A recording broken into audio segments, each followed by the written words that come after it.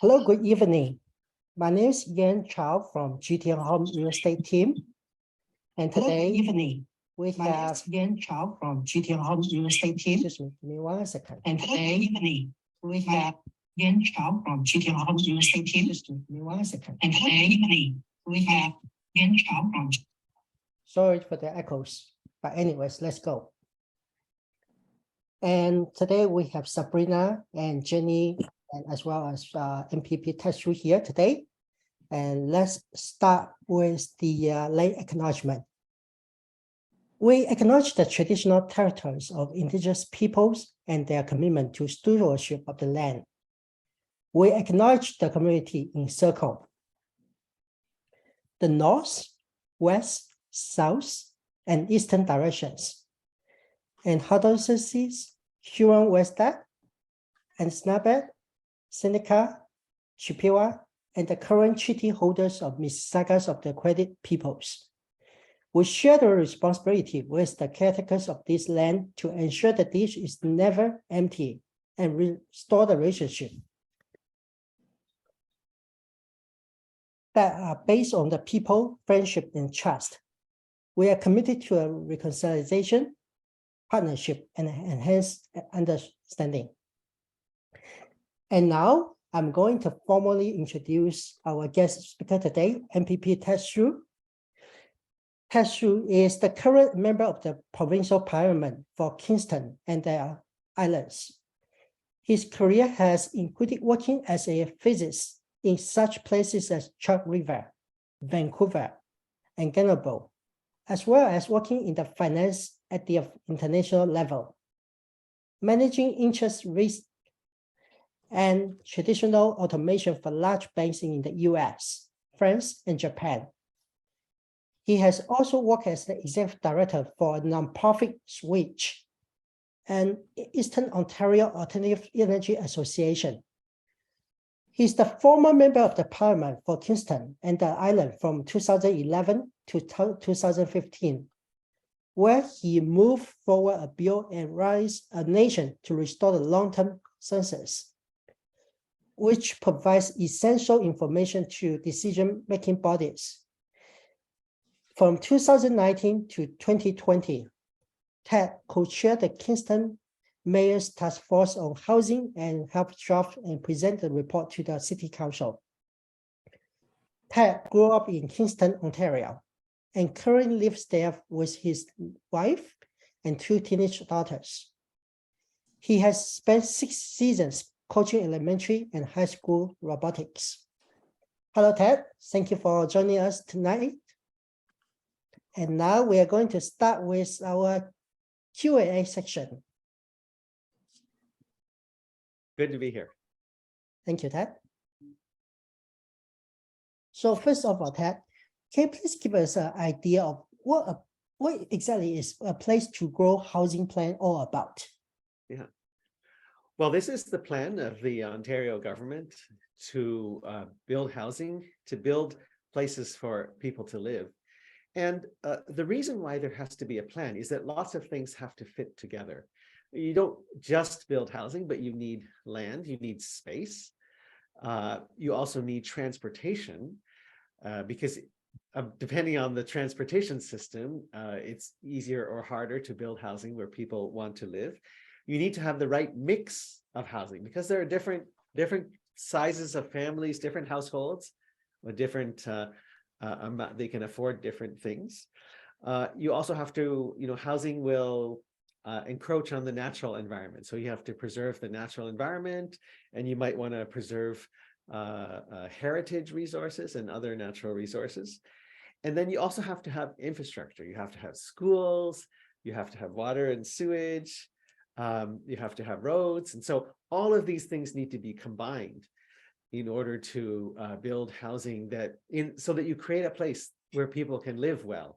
So that's why there has to be a plan. And the plan includes a lot of things. It includes things like, okay, let's count how many people are going to live in a certain place. Let's try to guess how many people will move to GTA, how many people will move to Kingston, how many people will move to Sudbury up north. It depends on how the economy is going to change. It also depends. So if you ask, okay, where are we going to find the land? Well, there's currently a debate over should we expand our cities and use some of the land on the edges of the cities, or there are other things, for example, in the United States, and we should probably be doing more of this in Canada if we can. But in the United States, there are many old shopping malls that are being closed down, and they're being converted to places where companies can build housing. So now in the US, I think they overbuilt shopping malls, but it means that there's this resource that needs to be used. In Canada, we have this resource too. There are some lands that can be converted from like an old shopping center or something to residential uses. So that's happening in Canada as well. There are also issues, and we'll get into them later, about what kind of housing do you build. So one thing that people are saying is, oh, we should be building more modest housing, smaller houses that cost less so that people can afford them. So those kinds of questions are what this plan is trying to answer. Okay, thank you. Thank you, Ted. And now let's have Sabrina to ask the next question. Sabrina, is your turn. Hi, Ted. So as Bill 23 stated, that 1.5 million homes will be built in 10 years. Do you think it's feasible or is like practical to do so? Yeah, that is a very hard question, because we know it's not easy to build housing. But I think everybody agrees. There are many studies trying to calculate how much housing we need to build over the next 10 years. And all the political parties, I would say, agree that we need to build something like 1.5 million homes. So that's a lot. And I don't know if anybody can guarantee that we can build that many, but the government has a role to try to push municipalities, because if you don't push them, there are people who would rather not change. And so you have to push municipalities. And that's why the government in this plan wants to say, okay, here's a city, Kingston, you have to build so many houses. Mississauga, you have to build so many houses. And so there will be targets that the cities are going to be told how many houses they need to be built. But $1.5 million, 1.5 million homes is very, very ambitious. It's a lot of homes. And so we have to use all the strategies that we have to find not only land, but to make sure we have enough labor. Right now, there's a big shortage of people to work on these, to build houses. And also so it could be like people who, bricklayers and carpenters, and the people who do the walls, the drywall people, electricians. We're short of all of these skilled trades. And so we have to make sure we train enough. And then we have to say, are there ways that we can build housing faster and cheaper than before? So for example, here in Kingston, there's a company, and there are other companies like this, but there's a company doing 3D printed houses.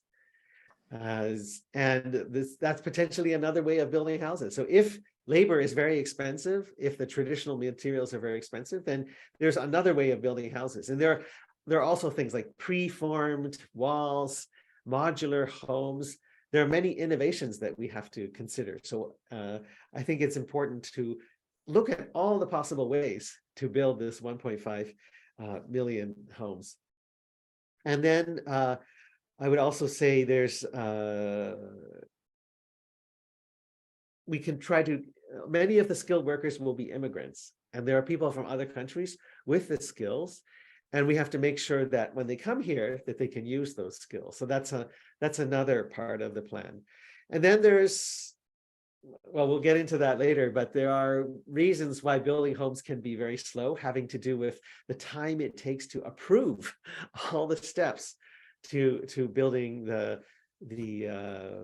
site plan and the building permit, the occupancy permit. Many of these things take a long time, and we have to change that, because that is preventing us from having enough housing. So there are just so many things that we need to do. And I think the question is not, can we do it or not, but what are all the things that we can do to build as many houses as we can. Thank you, Ted. And recently we saw a scary statement from the city of Markham. Let me share the a photo first. It's really scary. That's why we need to ask you for some opinions. And now we'd like to invite Jenny to ask the next question. Jenny, it's your turn. Yes. Hi, Ted. My question is, according to the city of Markham, Bill 23 means 90% loss of parkland compared to the new bylaw. It sounds very scary. So why does the provincial conservative government still want to pass this bill? Well, I think we should argue about how much parkland there should be, because that it affects the quality of life and the mental health of participants. If your neighbor is happier, probably you'll be happier too. And if your neighbor is calmer because there's sort of some green space that they can live around, that just makes society better. But I think what the government sees is that they want to build housing. And so they're willing to make a compromise on how much parkland to put aside. And it's hard to argue what's the right amount, because it depends a lot on culture and on other factors about how much stress there is in people's lives. But I think what the government is trying to do is trying to make a compromise between changing the rules so that we can have a little more land to build a little more housing. I think that we should be trying to have more dense housing, so slightly taller buildings, and that means not using up some of the land. That's one way of allowing for more parkland if we allow people to have taller buildings. But then sometimes the neighbors don't like to have tall buildings around them. So I think there's a lot of compromises needed for that, and trying to get people used to slightly higher buildings. The other thing that we can do is, if we make it easier for people to go from where they live to where the green space is. So this means investing in like bike paths and public transportation, so that people can go from where they live to some open park space where they can have some recreation.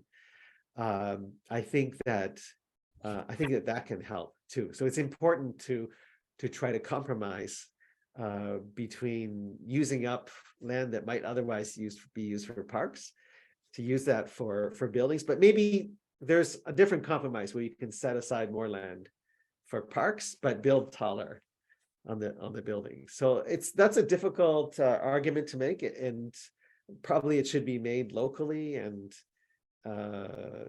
there's no easy answer to that question, because I think, and I'll say this again later, that I think we have a housing affordability crisis.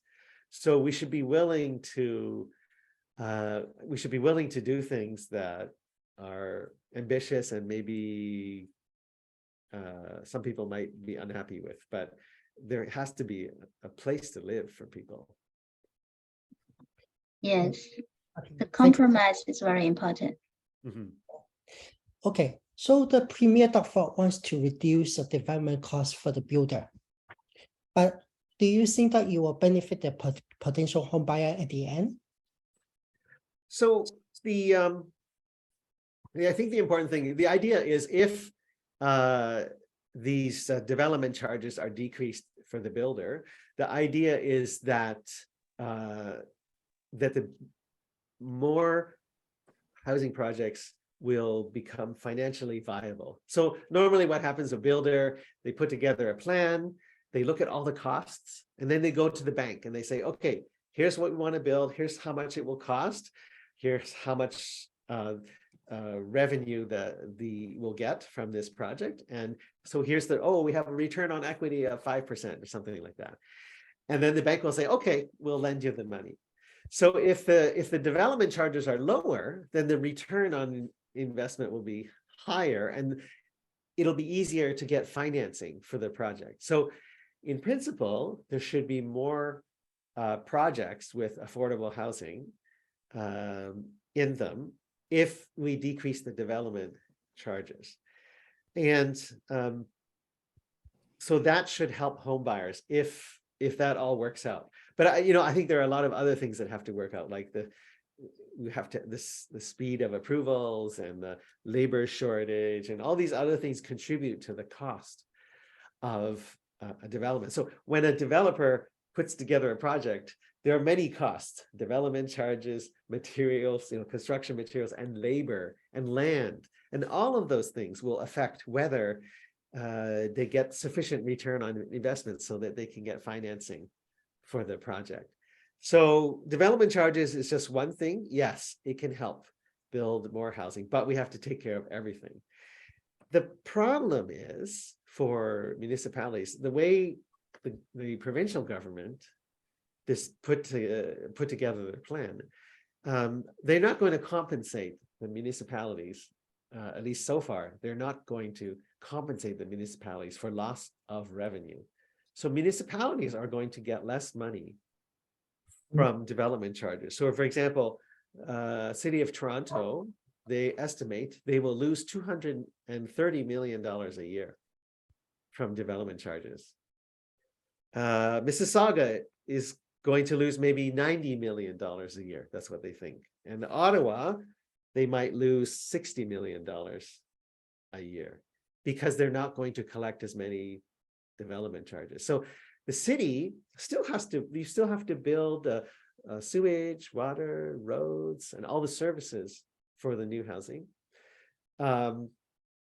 It comes out of the same municipal budget. So the cities are saying, we might have to raise property taxes, or we might have to cut other services because we're losing development charge revenue, and we still have to build the roads, sidewalks, sewage, water, all the other infrastructure. So that is one of the problems.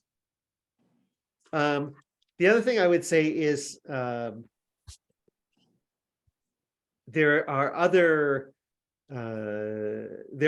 costs. So for example, there are other ways that the government is trying to make things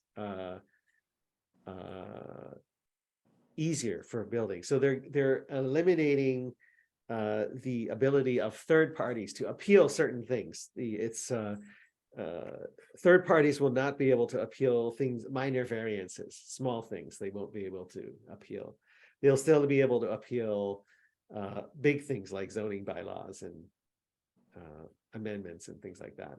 So that will make it a little bit easier for some building to take place, because many times there's the people nearby, for some reason they're worried about some building that goes up, and there's an appeal, and they appeal the approval of the building, and that drags out how long it takes to build something. And meanwhile, while the builder is waiting to build, the labor costs go up, and they have to pay interest on the money they borrowed. So it can increase costs a lot. So that's some of the things that will happen under Bill 23. It can be a bit complicated, but it's not so clear. So if the development charges, really, it will only work if more housing gets built. The cost decrease will not necessarily get passed on to the buyer. It will just make more projects financing possible. Thank you, Ted. And now I would like to ask Sabrina to ask the next question. Hi, Ted. So many municipal governments claim like Bill 23 will lead to much higher property tax. But the Premier's intention is to build more homes in a short period. So more homes should contribute more revenues to the local cities, as they can collect more property taxes. So what goes wrong here? Mm-hmm. So when houses first get built, or when apartments first get built, you have to put in this infrastructure, this sewage and water and the electrical connections and the roads and the sidewalks. And then you have to put in other services like a fire station, parks, schools. So all of these things have to be paid for at the beginning. And that's what the development charges are supposed to go towards. So it's true, like if you build more housing, they will pay property taxes, but those property taxes are supposed to go to maintaining things. So paying for garbage collection, paying for the operation of the schools, paying for maintenance of everything in the city, all the infrastructure that people share. But when a new area gets built, there's a lot of upfront costs in infrastructure, like a new water pipe, a new sewage line, new road, and then all the things that need to be done. So that is what the development charges are supposed to go to. If you have more houses, yes, they pay more property tax, but there are more roads to shovel for snow. There's more garbage to collect, and so those things should be covered by the property taxes. The one-time development charges at the beginning pays for the initial construction of all these things. So that's why just building more homes is not the right way to pay for the ongoing operations of the city. There's an idea of development pays for development. So if you put in new houses, that they pay for their new roads, and you don't ask the existing residents to pay for the new roads out of their property taxes. Thanks very much. Thank you, Ted. And right now, I would like to invite Jenny to ask the next question. Jenny, it's your turn. Yes. Hi, Ted. My question is, the provincial conservative government want to speed up the application process. We all know we have plenty of land here in Canada, but the development process is very slow. Mhm. So are the local governments happy about this or not happy, and why? Okay. Well, it's important to have to be a little bit careful when you're building. So for example, you don't want to build a whole bunch of housing and have no schools around. And then people have to drive to schools, and and then nobody wants to live there because it's hard to get to schools, or it's hard to shop. So you have to plan things out a little bit. But recently in Ontario, there has been a shortage of planners. So that has led to, I know in Kingston, that has led to delays in getting approvals. Another thing that's led to delays is that sometimes the planners and the developers, they get into a very hostile adversarial relationship. And so there's a lot of fighting that goes on. And so the planners are all very cautious, and they will not, they'll just be very careful, follow all the rules, and they won't help out the developers to speed them up. And I think that can be a problem. Many developers have complained, and not just developers, I mean, Habitat for Humanity will also complain. Sometimes the planners ask for too much in how the building looks. And I think that's important too, because we like to live in a neighborhood where the houses look good, and it just makes for a more pleasant environment to live in, and it makes the property values better. But I often find that planners don't, I feel like the planners are not working as if there's a crisis. Like, is there a housing affordability crisis? Well, if there is, then we should be willing to give up something in order to get more housing built. And that we talk about wartime housing, in the center part of cities, there's old, small housing built when we needed a lot of housing during World War II or shortly afterwards. And so people just, they built very simple, small, affordable housing. It didn't look very fancy or anything, but that's what people needed at the time. And I hear stories sometimes of the planners asking for buildings to look a certain way, and then the developers don't understand, like, why are you adding to the cost of the building? And from my opinion, I feel like, yeah, well, if there's a housing crisis, maybe we have to compromise a bit in that. Like, we have to treat a crisis like it's a real crisis.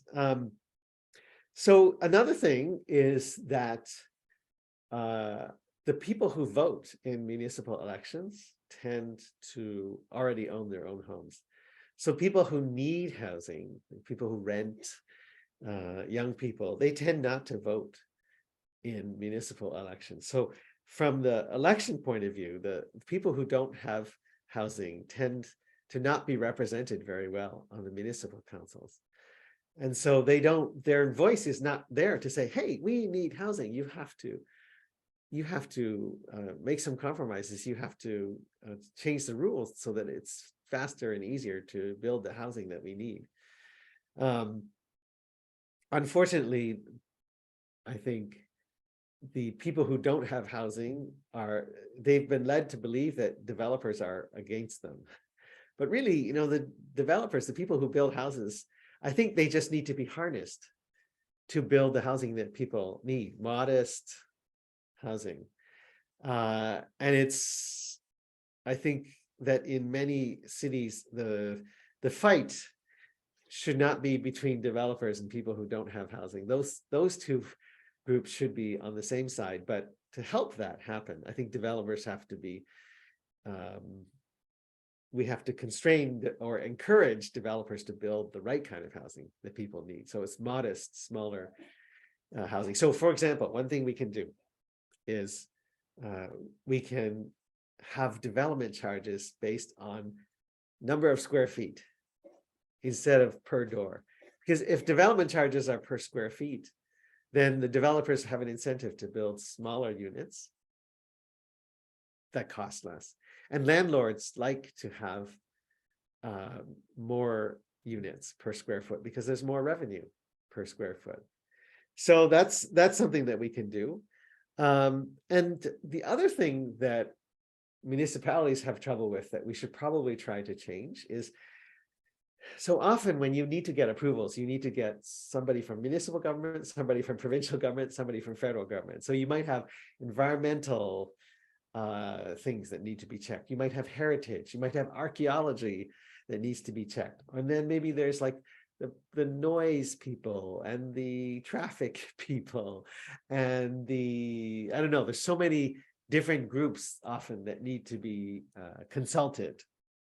And the traditional way is to send, you have a proposal, you send it out, and then you wait for it to come back, and then you send it to the next person, you wait for it to come back. And it might be good to have all the people that you need to get approvals from, have them set up little branches all in one place, or maybe you could do it virtually. So make sure they're all in touch so they can work together and get approvals done faster because they're in touch with each other. So that might be something to do, because I've heard of cases where the reason why it takes so long is that you have to wait for one approval and then another approval, and these things conflict, and it just slows down and makes the housing more expensive. And builders will take that into account, and they'll be less willing to, that when they put together their financial plan, they'll put in extra money that it takes to wait for all of these different approvals, because the federal, provincial, municipal approvals are taking so long. So yeah, so there are a lot of reasons why municipalities might not be happy with all the things that need to be done to get housing built. Thank you, Ted. Thank you, Ted. So in your opinion, what do you think the provincial government can do to create more housing supplies? Well, I think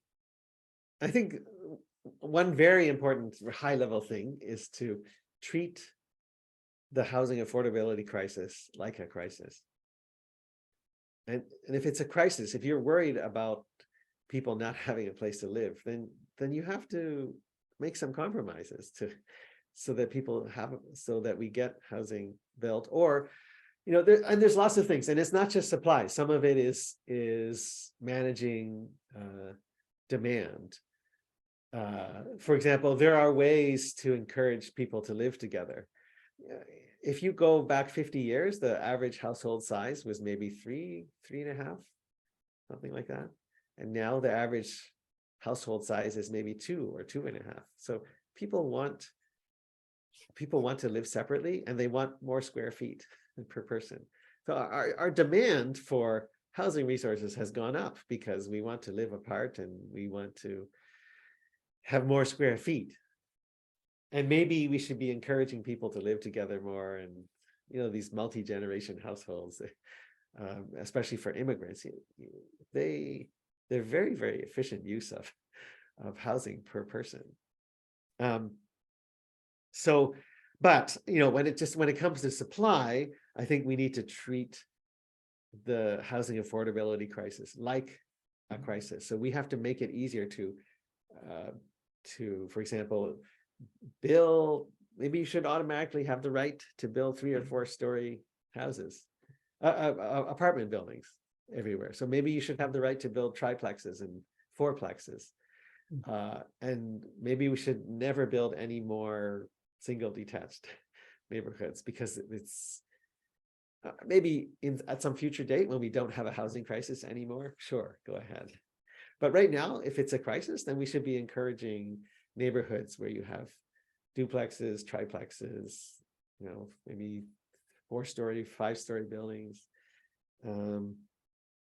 We should also be creating incentives to do that. So we want people to build housing that is smaller, less fancy, and more affordable, because we have people who can't find a place to live that they can afford. And that let me stop and just say how important that is, because it's not just having a place for people to live, but it affects business too, because many businesses, their entry-level employees cannot afford to live where they're located. And even places like the military base, like here in Kingston and in Trenton, CFB Trenton, CFB Kingston, the lower ranks of corporal and below, they can't afford to live anywhere near the base unless they live on base housing, because the housing is too expensive. There are many social problems, like people who have disabilities, or people who have addictions, or people who have developmental disabilities. They need housing. A lot of our problems with poverty could get much better if we had more housing. And it's very hard to deal with poverty or disability, or people who are on addictions or mental health or whatever. It's really hard to deal with problems without having this housing. So it's so important to have enough housing. It affects all sorts of social problems and economic. It holds back our economy when we don't have enough housing. So another thing, as I mentioned, we can improve transit. So if you can live somewhere, so one thing you can do is, if you can't afford to live where you work, you can live far away. But then it's very expensive to drive, park, and maintain a car. But if you had public transit, then you could live far away, take the bus to work, and you could save money because you're living far away where the housing is cheaper, but the transportation is not very expensive. So that helps people live, and it helps companies be able to hire workers who can afford to live somewhere near where they work. And so if it's very expensive to live somewhere, then a business has to pay higher wages to get people to work there. So that hurts our economy. So we also need to try to find ways to reduce the need for parking. So because parking takes space. And if you there are a lot of places where you say, oh, if we got rid of this parking lot, we could build another 4 apartments. So we need to think about not only public transportation, but things like car sharing, and active transportation like bicycles. If we can build our cities where people can walk and bicycle or take the subway and to do everything, which you can do in downtown Toronto. But if you look around the world, you can look at places like Paris, or I've lived in Paris and I've lived in Tokyo, and you don't need a car in Tokyo. Everywhere you need to go, you can take the subway. You never have to wait more than a couple of minutes for the next subway and the next train. So there are ways that we can change our cities so that we don't need so much parking, and that will provide more room for more room for housing. We need to think of ways to make more land accessible without taking land out of the, without expanding the urban boundary, without going into green spaces, using up our green spaces. So this is a disagreement that many people have with the current conservative government. They want to take some land out of the green belt to use for housing, but the green belt is supposed to last forever. So if you take out 1% this year, take out another percent in a few more years, it's supposed to last forever. So you have to think about, if you do keep doing that, what's going to happen in 100 years or 200 years? Is it going to be gone? So that's why you should try very hard not to touch the green belt, because you have to say, if I do it 1% this year, 1% 5 years from now, the green belt is supposed to last forever, right? So you can't say, oh, I'm just taking 1%. It's not very much. So we should be thinking about how to take advantage of all the land that we have that's not green land. And Doug Ford, he had this housing task force, and they said, yeah, there's probably enough land. You just have to build up and use land differently, and then there will be enough. So like converting old shopping centers, building 6 stories instead of 4 stories, and things like that, I think are very important. Another thing we might think about is temporarily discouraging renovations, because when housing gets old, it becomes cheaper, and it's a way of helping people afford a place to live right now. And there's also another kind of renovation that happens where people tear down an old house and build a new house. But so you have end up with a bigger, nicer house, which is normally it's good. But if we have a crisis now, maybe we should slow down and not do so much of that, because you're using up materials, you're using labor, and you're not increasing the number of places to live. So I think that we should think about temporarily discouraging renovations. Just, it's okay if housing ages, it becomes cheaper, and there's many people who can only afford an older place to live. And we should focus on building new, denser, like new, smaller size, affordable, denser housing. And maybe in 5 or 10 years, the housing crisis will pass, and people, if they want to, they can build a beautiful house that people will admire for 100 years from now, a big fancy mansion. But there are many places in the world where there are beautiful houses to admire. But right now, I think our heritage right now should be people have a place to live, not, there's another time for beautiful houses. Right now, it's making sure people have a place to live, because we don't want our heritage to be tent communities. Here in Kingston, we did a count of how many tent communities there were. It's about 20 places in Kingston, in the kind of wooded areas where there's tents because people can't find a place to live. And that's our heritage.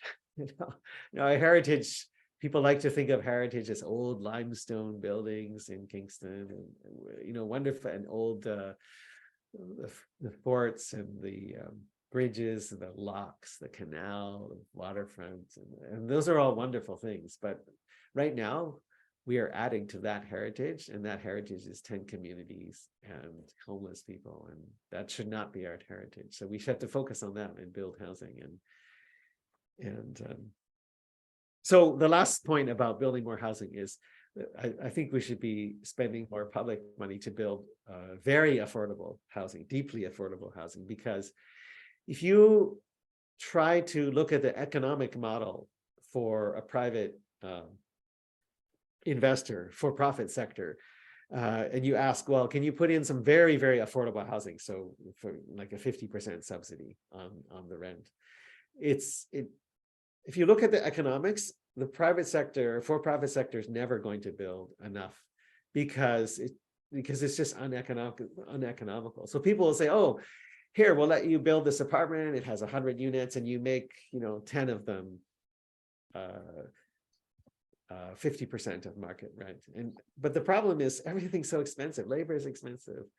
land is expensive, this development is so slow that if you look at the return on investment, if you force the developers to have a certain percentage of very, very affordable units, the numbers don't work out. They won't get the financing for that. So what I'm saying is I think it's up to government to invest in very affordable housing. And the return is high, but it's a social return. It means less people who are on the streets, making it hard to have a store, causing strain on the hospital, police, the paramedics, enormous loss of human potential. So I think there's a return on investment from the government in investing in very, very affordable housing, because all sorts of social problems and costs can be avoided by having a place for people to live. And then they can, if you don't have a place to live, then you really can't help yourself. Because struggling to find a place to live you can't pull your weight. You can't help yourself and do things for yourself if you don't have a place to live. So I think the last point is, when it comes to very, very deeply affordable housing, far below market rent, which is what the only thing some people can afford, that the federal and provincial government should come in. And I think, one thing that we're afraid of when the government spend a lot is that we'll contribute to inflation. But I think that if the federal government uses its balance sheet to create very affordable housing, that directly keeps the cost of housing down. And so it directly, as long as you don't build more housing than you have labor and materials to build, as long as you don't exceed those limits, then I think there's very little fear of inflation from using the government's balance sheet to build housing, because that directly impacts inflation, having more housing supply. So the last thing I'll say, that's the last thing I'll say about how the provincial government can do more to create housing supply. Okay. Thank you, Ted, and thank you everyone for your time. And just last thing for the audience, I just want to say that the Merry Christmas and Happy New Year. Okay, good night, everyone. New Year. Thank you, Ted. Thanks for being here. Thank you. Thanks for having me. Thank you, Ted. Thank you.